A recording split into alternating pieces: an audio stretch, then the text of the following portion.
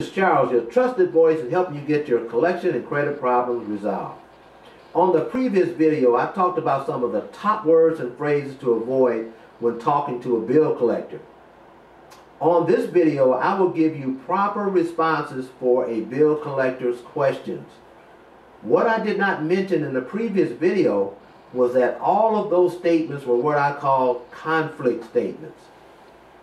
Now, when I say conflict, I mean words or phrases that create negative emotional responses in people.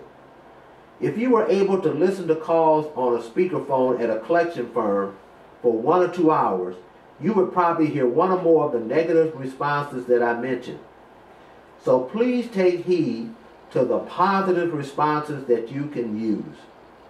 Number 1, instead of abruptly using the words yes, no, a great example would be to use them with a complete statement after them, such as, yes, I am able to pay this off, or no, I cannot pay this by the 15th of the month.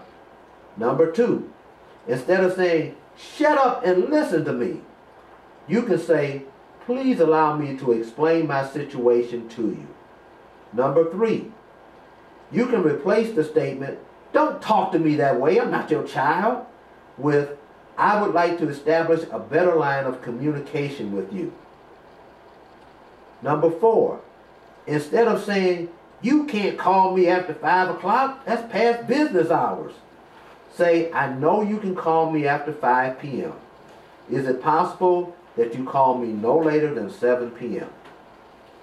A good response than, you are harassing me by calling, is there anything I can do to limit the calls that I receive? Number 6, you can replace the phrase, you can't call my neighbor. Instead say, I understand that you called my neighbor trying to reach me. Here is a number I can be reached at.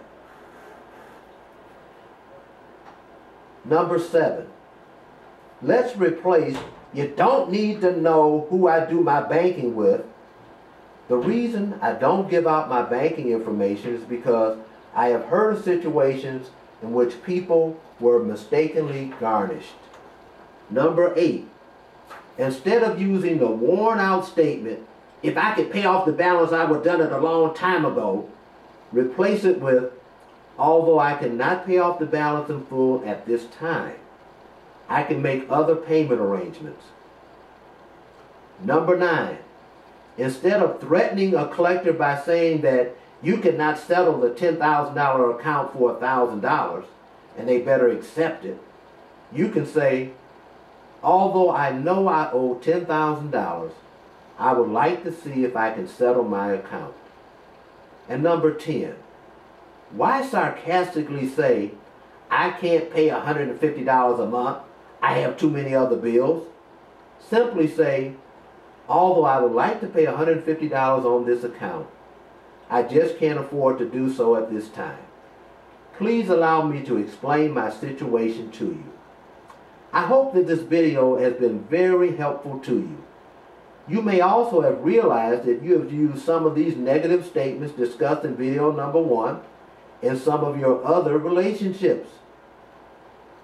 If you want to learn more about the negative effects words and phrases can have in your life, please go to tiredofbillcollectors.com and download the book Stop the Insanity, a guide to stop bill collectors from driving you crazy. If you have a personal issue that you would like to discuss with me, I can be reached at 313-744-5977 or at 313-613-0637. And you can also email me at gethelpnow@tiredofbillcollectors.com.